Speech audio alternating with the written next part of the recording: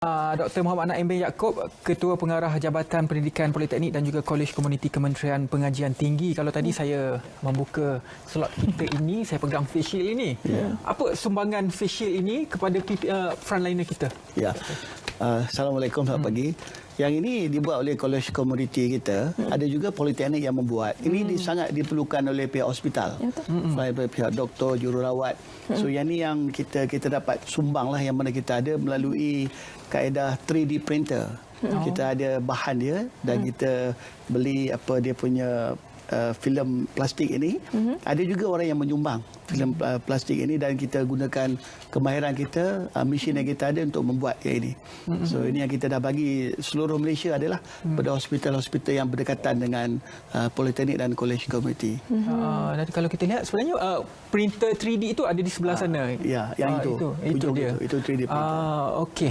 Itu dia sumbangan kolej komuniti dalam memperkasakan lagi usaha kita menangani wabak COVID-19 ini, memberi kelengkapan PPE kepada frontliner yang memerlukan perkara inilah, benda ini. Ini sangat penting sebenarnya sekarang. Ya, betul. Baik, Doktor, dalam tempoh PKP ini, berapa ramai sebenarnya pelajar politeknik ataupun kolej komuniti yang terlibat, yang mungkin tidak boleh pulang ke halaman masing-masing? Baik. Keseluruhan jumlah pelajar politeknik dan kolej komuniti dalam 125,000. Tapi yang masih berada di asrama, di rumah-rumah sewa sekitar kampus, dalam lingkungan 5,000 yang ada sejak daripada 18 Mac. Nah, bagi mereka ini kita beri bantuan makanan, kita beri bantuan sokongan moral dan kita selalu ambil tahulah berkenaan mereka ini. NADMA ada memberi bantuan keuangan kepada kementerian. Kita akan salurkan kepada pihak politeknik dan kolej komuniti pada setiap pelajar supaya mereka tidak putus makanan lah.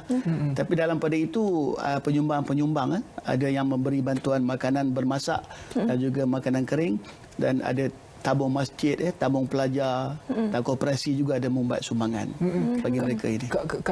Kalau kita lihat pengurusan terhadap sumbangan ini mungkin lebih mudah dilakukan kepada pelajar yang masih lagi berada dalam kolej. Tapi betul, masih lagi ramai pelajar yang berada di menyewa rumah di luar. Bagaimana pihak politeknik kontrol mereka? Kita mengumpul yang di asrama mudah. Kita tahu mana mereka berada. Yang di luar itu kita kumpulkan maklumat, alamat di mana mereka berada, bilangan dan semuanya, dan kita sampaikan sumbangan kepada mereka.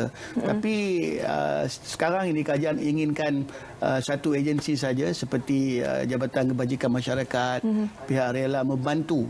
So kita akan serah kepada mereka ini untuk membuat penyelarasan, menyampaikan bantuan makanan ini kepada pelajar-pelajar kita yang masih berada di asrama dan di luar juga.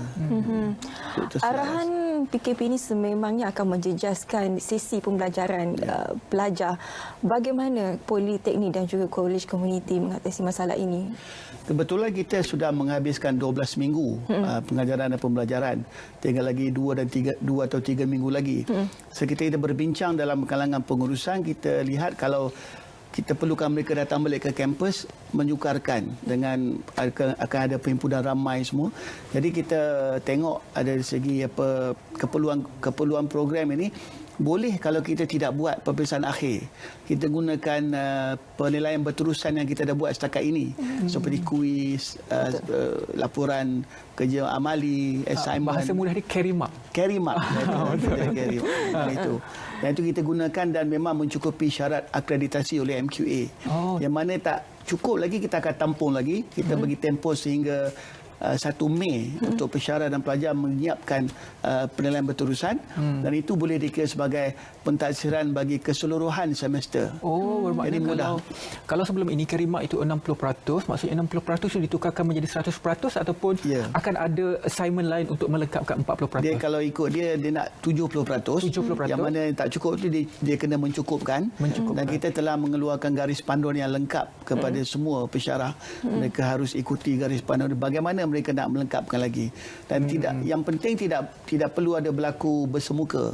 Tidak perlu datang balik ke kampus. Ini semua boleh buat cara macam-macam, take home exam, open book exam, online dan sebagainya. Sebagai kaedah pilihan alternatif. Iya. Baik. Banyak sebenarnya kaedah online itu bukan sahaja sekarang daripada dahulu pun zaman kami belajar pun memang sudah ada kaedah online itu kan. Cuma kalau kita lihat itu dari aspek pengurusan terhadap pelajar. Kita tunda exam ataupun kita tukar daripada kerimat itu menjadi keseluruhan penilaian. Tetapi operasi politeknik itu sendiri bagaimana? Adakah ia berjalan seperti normal atau bagaimana? Bagi essential services, perkhidmatan yang amat penting, kita teruskan seperti contohnya keuangan. Kalau pembekal telah mengemukakan bil, kita harus bayar. Dan unit kewangan ni mereka akan mendapat arahan daripada ketua jabatan untuk hadir bagi sekian-sekian waktu, dan apabila habis tugas mereka balik. Ini seiring dengan surat daripada ketua pengarah perkhidmatan awam. Jadi penjawat awam sekarang ini dalam mod bekerja dari rumah sebenarnya, bukan bercuti. So bekerja dari rumah, dan teknologi membenarkan kita membuat perkara ini melalui online. Cuma unit kewangan ni mungkin aplikasi itu hanya terdapat di pejabat. Jadi mereka perlu datang pejabat pada sekian-sekian waktu dan menyelesaikan dan mereka balik. Tapi bagi kami pihak pengurusan, kadang-kadang macam kita nak panggil pelajar balik ke, kita fikir peperiksaan akhir itu contohnya agak menyukarkan. Kerana mereka harus dijarakkan social distancing. Jadi tidak cukup ruang. Kemudian kita bimbang ada yang datang tu mungkin ada berjangkit dan sebagainya. Jadi kita buat keputusan tidak perlu peperiksaan akhir, hanya penilaian berterusan. So keputusan seperti itu dibuat melalui mesyuarat yang dilaksanakan secara online juga, menggunakan aplikasi seperti Zoom, seperti Skype for Business dan juga Google Meet. So ini kita ada buat mesyuarat ni walaupun dalam waktu PKP ni tugas terus dijalankan secara menggunakan teknologi online, even mesyuarat, dan semua mesyuarat ni boleh diminitkan, dan kita boleh rekodkan rakam suara dan video pun. Baik, Encik. Tadi kita bercakap mengenai pelajar yang sedang menduduki sesi pembelajaran. Bagaimana pula dengan pelajar yang sedang melakukan latihan industri? Adakah mereka terjejas sebab kita sudah pasti tidak boleh datang ke kerja untuk membuat latihan industri? Bagaimana? Dia ada dua kategori. Bagi seperti juga arahan PKP, bagi essential services, perbankan dan sebagainya, sekiranya majikan itu memerlukan mereka terus berkhidmat dalam tempoh ini, mereka boleh berkhidmat, tetapi mereka juga boleh atas beberapa sebab meminta kebenaran majikan, dan kalau majikan kata tak apa boleh pulang, dan okey. Tapi bagi non-essential services, sebenarnya mereka telah menamatkan latihan industri apabila PKP pertama itu diumumkan, dan mereka semua sudah tidak sebab mereka telah mencukupi 70% pada ketika itu. Tapi buat masa ini apabila PKP kedua dilanjutkan, dan mereka yang ada lagi di tempat latihan industri, rumah sewa sekitarnya, kita sedang mengumpulkan data, dan bagi mereka ini juga kita akan salurkan bantuan makanan dan sokongan moral dan sebagainya. No one left behind, kata Perdana Menteri kita. Dan kalau kita lihat statistik yang telah dikeluarkan ini, 2 orang pelajar dan juga 1 pensyarah dari Politeknik telah diuji dan disahkan positif COVID-19 ini. Mungkin pandangan dan juga tindakan yang dijalankan oleh pihak Politeknik sendiri bagaimana? Yang mana memang dah ada positif COVID, mereka harus dihantar ke hospital untuk rawatan. Tapi kita harus memeriksa kontak dekat mereka, close contact.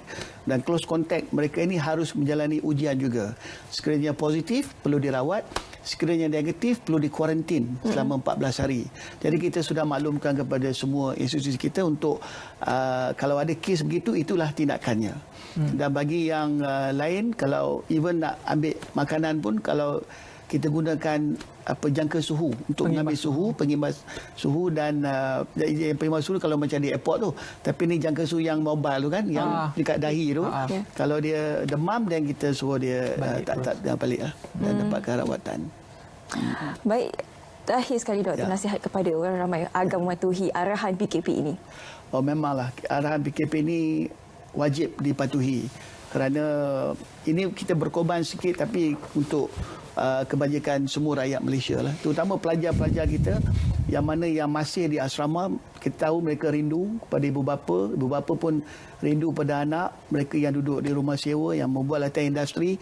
Tapi ini pengorbanan yang sedikit kalau kita bergerak dia akan meningkatkan kebarangkalian mendapat jangkitan. Jadi polisi terbaik, stay where you are, stay home, and kita boleh gunakan kesempatan ini untuk belajar kursus-kursus secara online, belajar bahasa kedua, bahasa ketiga secara online, belajar tentang macam-macam yang boleh dibuat.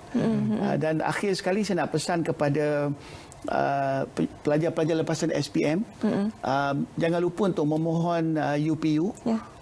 Tarikh tutup UPU dilanjutkan kepada 7 April. So upu.moi.gov.my. Dan pastikan walaupun ada krisis ini, pelajar-pelajar semua akan dapat tempat nanti ke universiti, politeknik, kolej komuniti dan IPT yang lain. Cuma saya sedikit nak tambah dekat rumah tadi tu. Sekarang kat media sosial banyak resipi-resipi. Mana tak berapa nak pandai masak tu boleh. Chef Ika boleh kan? Boleh. Balik saya nak buat donat tau. Baik, saya tolong. Sedikit selingan lah. Tolong makan.